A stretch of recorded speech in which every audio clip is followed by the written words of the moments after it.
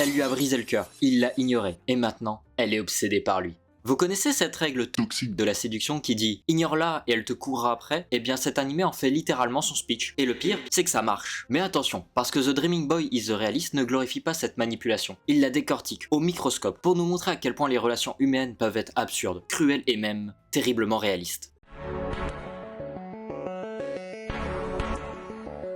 Aujourd'hui, on plonge dans l'œuvre la plus controversée de 2023, un anti-rom-com qui a divisé l'internet en deux camps. Alors, chef-d'œuvre psychologique ou romance problématique, reste jusqu'à la fin parce que ce que j'ai découvert va vous surprendre. Cet animé, c'est l'histoire de Wataru Sajo, un lycéen qui a passé des années à idolâtrer Aika Natsukawa, la fille parfaite de sa classe. Il lui offre des cadeaux, il la suit partout, il fantasme sur leur futur ensemble, jusqu'au jour où il réalise qu'elle souffre complètement de lui. Elle le manipule, utilise ses sentiments, et ne le voit que comme un larbin pratique. Alors Wataru prend la décision la plus saine de sa vie, il arrête. Tout, plus de cadeaux, plus d'attention, plus rien. Et c'est là que l'histoire devient folle. Aika, habituée à son adoration inconditionnelle, commence à paniquer. Elle développe des sentiments pour lui. Bienvenue dans l'étude de cas la plus gênante et fascinante sur la psychologie du désir et du rejet. Je détruis ton avec un berlingot de lait.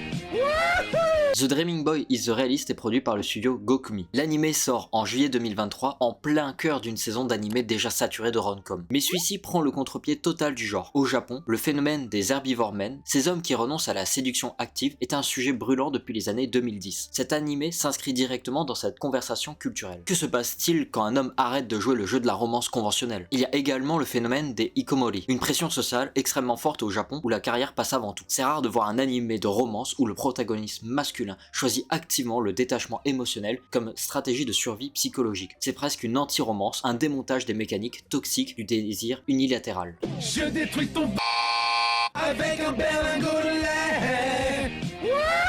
Concernant l'analyse narrative, l'anime suit vraiment une structure en 3 actes vraiment définis. Donc on a l'illusion, on voit Wataru dans son délire romantique complet, aveuglé par son crush. Il fait sa première rencontre avec elle au collège à la cantine. Il chute avec son plateau, elle demande s'il va bien. Et depuis, c'est vraiment le coup de foudre. Il va déclarer sa flamme peu de temps après. Il se prend un premier refus, mais depuis, il ne lâche pas l'affaire. Chaque jour, chaque moment est un prétexte pour être auprès d'elle. Ensuite, il y a l'acte 2, qui est plutôt l'éveil. C'est la prise de conscience brutale et la décision de couper les ponts. Après qu'un ballon de foot soit passé devant lui, il a eu comme une prise de conscience. Il décide donc de se prioriser, de mettre son bonheur et son bien-être avant tout. En disant non, il rééquilibre le rapport de force. Il devient plus désirable en se retirant de la relation. Acte 3, donc c'est plus l'inversion. Aika découvre qu'elle avait besoin de ce qu'elle lui apportait. Va ressentir un vide, va s'accentuer au fur et à mesure des épisodes. Wataru va se concentrer sur ses activités et son univers. Travail, dans la librairie, les études, mais aussi le comité du lycée. Et il aura beaucoup moins de temps disponible pour elle. Wataru va également faire la rencontre de plusieurs autres femmes autour de lui, ce qui va perturber Aika. Cette structure inverse donc volontairement la formule classique de la romance ordinaire où c'est le héros qui poursuit l'héroïne. Ici, c'est le refus qui devient le moteur narratif. La psychologie du désir. L'anime explore brillamment le concept psychologique de la réactance. Nous voulons ce qu'on ne peut pas avoir. Quand Wataru devient inaccessible, il devient désirable. C'est un biais psychologique extrêmement fort et qui se développe de plus en plus dans les sociétés modernes. La dépendance émotionnelle. Aika réalise qu'elle s'est habituée à l'attention de Wataru, comme une drogue. L'ironie, c'est la situation qu'elle a toujours désirée au départ. Et maintenant qu'elle l'obtient, elle se rend compte du vide abyssal autour d'elle, comme Wataru est absent. L'amour propre vs l'amour romantique. Wataru choisit sa dignité plutôt que ses sentiments. C'est un message rare dans les animés de romance. Le héros principal dans les autres œuvres de ce style est souvent mis à mal. C'est exactement l'inverse. Il se priorise, se respecte. Il vaut mieux se respecter et rester digne que de perdre tout pour une femme qui ne vous désire pas. La manipulation inconsciente. L'œuvre ne diabolise pas Aika, mais montre comment on peut manipuler quelqu'un sans même s'en rendre, par simple commodité. En réalité, même si je suis assez dur avec Aika, elle est encore en phase d'apprentissage. De qui elle est, de qui elle veut être. Kei, son amie proche au lycée, l'aide énormément à ouvrir les yeux sur son comportement et la guide de manière habile sur l'attitude qu'elle devrait avoir. Je trouve le personnage Kei très intéressant. Elle fait avancer le récit, pousse dans ses retranchements nos deux protagonistes et provoque des situations de rencontres spontanées mais pertinentes. Concernant la symbolique, les cadeaux que Wataru arrête d'offrir symbolisent l'affection non réciproque. L'absence crée un vide que rien d'autre ne peut combler pour Aika. La métaphore est claire, on ne valorise que ce qu'on risque de perdre. Il est important dans ce contexte précis mais aussi de manière générale d'être reconnaissant des personnes, des choses que nous avons autour de nous. Le concept de gratitude l'attitude rejoint un peu cette situation. On en veut toujours plus. On ignore ce que nous avons à proximité et nous recherchons des choses futiles et inatteignables. L'anime pose une question assez dérangeante. Est-ce que l'amour qui naît du rejet,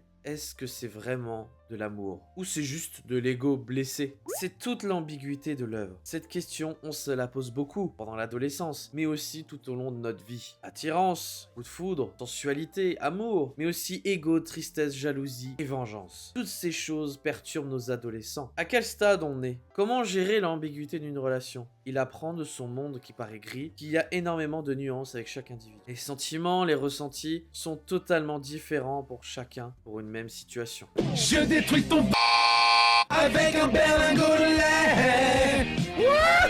Le rêveur devenu réaliste. Au départ, Wataru cherche désespérément l'amour et la validation d'Aika. Après son éveil, sa motivation devient la reconstruction de son estime de soi. C'est un arc de délusion, il passe de l'idéalisation aveugle à une lucidité presque cynique. Son évolution est douloureuse mais saine. Wataru apprend à se respecter, il comprend qu'aimer ne signifie pas s'effacer pour cette personne, ni de courir derrière cette personne. C'est un parcours de maturation émotionnelle rare dans les animés de romance. Wataru est passé de suiveur à créateur de la jalousie d'Aika. Là-dessus, vraiment, Wanko, je partage vraiment ton analyse sur Wataru. Aika est quand même complexe par rapport à Wataru, c'est-à-dire qu'elle n'est pas méchante en soi, elle est juste inconsciente de son pouvoir. Elle prend l'adoration de Wataru pour acquis jusqu'à ce qu'elle disparaisse. Pour moi, c'est de la perte de contrôle. Pour la première fois, elle n'obtient pas ce qu'elle veut, et cette frustration révèle vraiment des sentiments qu'elle ignorait. Aika doit vraiment apprendre l'humilité et la vulnérabilité. Elle découvre qu'on peut pas avoir le beurre et l'argent du beurre, profiter de l'attention de quelqu'un tout en le méprisant. Hep, mon cher confrère, c'est pas qu'elle le méprise, mais que jusqu'à maintenant, elle avait un pot de colle qui l'a toujours suivi et qui l'acclamait. Mais elle a aussi approuvé Wataru, car dans son passé, on nous montre une fille au collège sans amis, car elle n'arrivait pas à sociabiliser. Aika a aidé Wataru à un moment où il en avait besoin, et son affection lui a permis de sociabiliser avec lui, mais surtout avec sa classe, en le traitant de pot de colle. Donc Wataru n'est pas méprisé, c'est juste le pot de colle saoulant mais attachant, le camarade lourd en fait. Les relations clés, moi je trouve que la dynamique Wataru-Aika est un jeu de pouvoir constant. Au début, elle domine complètement, mais quand il se retire du jeu, là les rôles s'inversent, sans qu'aucun soit vraiment gagnant dans l'histoire. C'est une relation qui est toxique, que l'anime présente avec vraiment une honnêteté brutale. Concernant Kei Ashida, plutôt l'intermédiaire, si on peut dire ça comme ça, elle est l'amie de Sajo et de Aika. Elle aimerait sincèrement que ces deux amis se mettent ensemble et met tout en œuvre pour que ça arrive. Elle crée volontairement des occasions de part et d'autre, elle fait avancer le récit avec une vitesse folle. Et elle envoie des pics. Moi je trouve que les pics envoyés sont mis quand il faut, où il faut. Il y a une intelligence de contexte vraiment incroyable. C'est vraiment elle qui fait avancer le récit, qui fait avancer la psychologie de nos deux personnages. On a Kaede Sajo, qui est la sœur de Wataru. C'est la grande sœur qui est protectrice sur le fond, notamment dans la scène de l'infirmière, où elle est très présente. Mais elle le tyrannise, entre guillemets, au quotidien, comme un frère et une sœur qui se chamaillent. Elle a peu de temps de parole, mais quand ce personnage est exploité, elle pousse vraiment son frère à aller au devant des choses, et notamment des activités extrascolaires, en plus de pousser Wataru vers Aika, notamment avec la journée d'intégration. Rin Shinomiya, l'élève modèle. Elle rencontre Wataru au tout début de l'aventure et lui propose de rejoindre l'association des élèves de l'école. Au départ, il donne un faux nom pour s'extirper d'elle et de ses responsabilités là. Elle le retrouve et elle lui fait comprendre que cela ne lui plaît pas. Une affinité se crée entre les deux personnages, ce qui va déplaire à Aika. Le héros a une grande influence sur ce personnage. Sous ses airs studieuses, elle est très fleur bleue sur ses sentiments. Elle se remet vite en question et écoute les arguments de Wataru tout en développant en parallèle ses sentiments envers lui. Fuka Sasaki, la maturité prématurée. Elle rencontre notre héros quand son petit frère se faisait embêter devant son travail. Une affinité se crée au fur et à mesure. Notre héros pense qu'elle est plus âgée que lui, ce qui n'est rien en réalité. La scène de l'atelier de création de coquillages est vraiment très drôle et je l'avoue. Mina Ichinose. Elle rencontre notre héros réellement pour la première fois à la librairie. Elle voit l'annonce pour remplacer Sajo à son travail et n'a pas hésité une seule seconde à postuler. Étant dans la classe de Wataru et en allant souvent à cette librairie, elle est embauchée de suite par le patron. Le problème, c'est qu'elle est extrêmement timide et introvertie. Wataru le voit et demande pourquoi elle veut faire ce travail. En comprenant cette raison, Wataru va tout faire pour l'aider. Je détruis ton avec un berlingot de lait.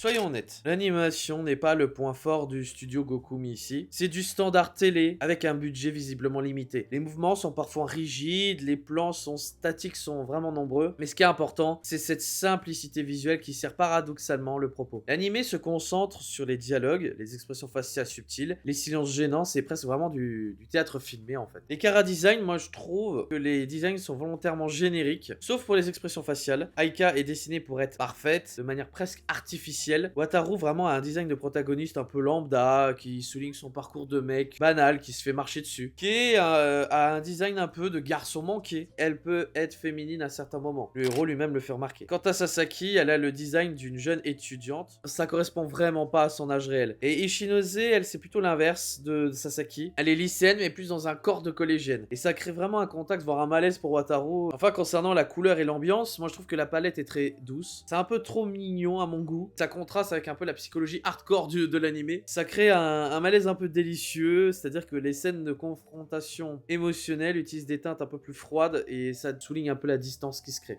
OST et sound design. La bande son est discrète, presque minimaliste. Pas de musique dramatique excessive, les silences sont utilisés brillamment pour créer de l'inconfort. L'opening, Paraglider, de Kaori Ishihara, a un ton ironiquement optimiste qui contraste avec le contenu de l'œuvre. Gestion du rythme. L'animé prend son temps, certains le trouvent lent, mais ce rythme délibéré permet vraiment de ressentir le malaise des situations. Les scènes où Wataru ignore Aika durent juste assez longtemps pour être inconfortables. Je trouve que les silences sont bien gérés, ça nous met vraiment dans l'ambiance, dans l'incompréhension et dans la puissance de l'ignorance. Point fort et limite. Que l'animé réussit. Réalisme psychologique. Contrairement à 99% des animés de romance, les personnages réagissent de manière crédible et complexe. Pas d'histoire qui tourne en rond ou de réaction impossible. C'est vraiment du réalisme pur et dur. Le courage de la thématique, l'animé ose aborder la manipulation émotionnelle involontaire. Je tiens à préciser involontaire, sans la glamouriser ni la diaboliser. Il relate les faits sans porter un jugement. La subversion du genre, il déconstruit les clichés du nice guy et de la fille inaccessible avec intelligence. Les dialogues, chaque conversation sonne juste, même quand c'est douloureusement gênant. Les défauts et points discutables, moi je trouve que l'animation est assez médiocre quand même, on peut faire mieux. Visuellement c'est du très basique. Le rythme est inégal, certains épisodes s'étirent sur des confrontations qui auraient pu être plus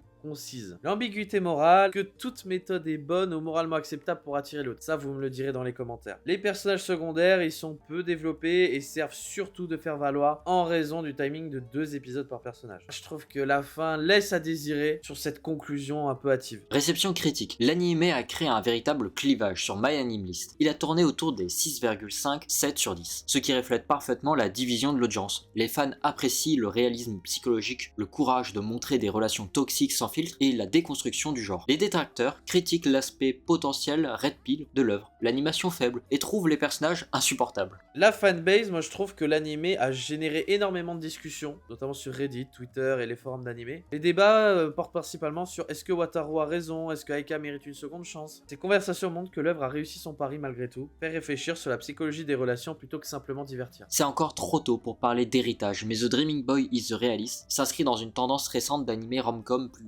mature et cynique, comme Rent a Girlfriend ou Scum Wish. Il participe au renouvellement du genre en refusant l'idéalisation. Je détruis ton avec un berlingot de lait. Pourquoi cet animé mérite d'être vu? Parce qu'il est inconfortable. Et c'est exactement ce dont on a besoin. Ce Dreaming Boy is the Realist ne vous fera pas rêver d'un amour parfait. Il vous fera pas bêtement sourire. Il va vous mettre face à des vérités désagréables sur la façon dont fonctionne l'attraction, le pouvoir dans les relations et l'importance du respect de soi. C'est un animé qui traite son audience comme des adultes capables de gérer des situations moralement grises, sans avoir besoin qu'on leur dise qui a raison ou tort. À quel public il s'adresse? Aux fans de romances réalistes, qui en ont marre des clichés et des happy endings faciles, à ceux qui ont vécu des relations unilatérales et qui cherchent une représentation honnête de cette douleur, aux spectateurs qui aiment analyser la psychologie des personnages plutôt que juste consommer du divertissement, mais aussi aux adultes qui peuvent apprécier la complexité morale sans chercher de leçons simplistes. Par contre, si vous cherchez une romance conventionnelle, passez votre chemin, cet animé n'est pas fait pour vous. Est-ce que c'est un chef-d'œuvre ou une catastrophe? Eh ben honnêtement, les deux. The Dreaming Boy is Realist est techniquement médiocre, mais narrativement audacieux. Il est inconfortable, mais nécessaire. Il peut être mal interprété, bien sûr, mais il pose les bonnes questions. Est-ce qu'on peut reprocher à quelqu'un de choisir sa dignité? Est-ce qu'ignorer quelqu'un est de la manipulation ou de l'autopréservation? L'animé ne répond pas. Il vous force à répondre de vous-même. Et personnellement, je respecte ça infiniment. Maintenant, à vous. Si Wataru et Maika, dites-le moi en commentaire. Et surtout, dites-moi si vous avez déjà vécu une situation similaire. Ça peut arriver dans nos vies de tous les jours. Je parie que beaucoup d'entre vous se sont reconnus dans cette histoire. Moi-même, je m'y suis reconnu. Abonnez-vous à nos 2 chaînes, Wanko et Daikan. On se retrouve dans une prochaine vidéo pour une nouvelle review d'animé. Et n'oubliez pas, parfois, le réalisme fait plus mal que le rêve, mais au moins, il vous réveille.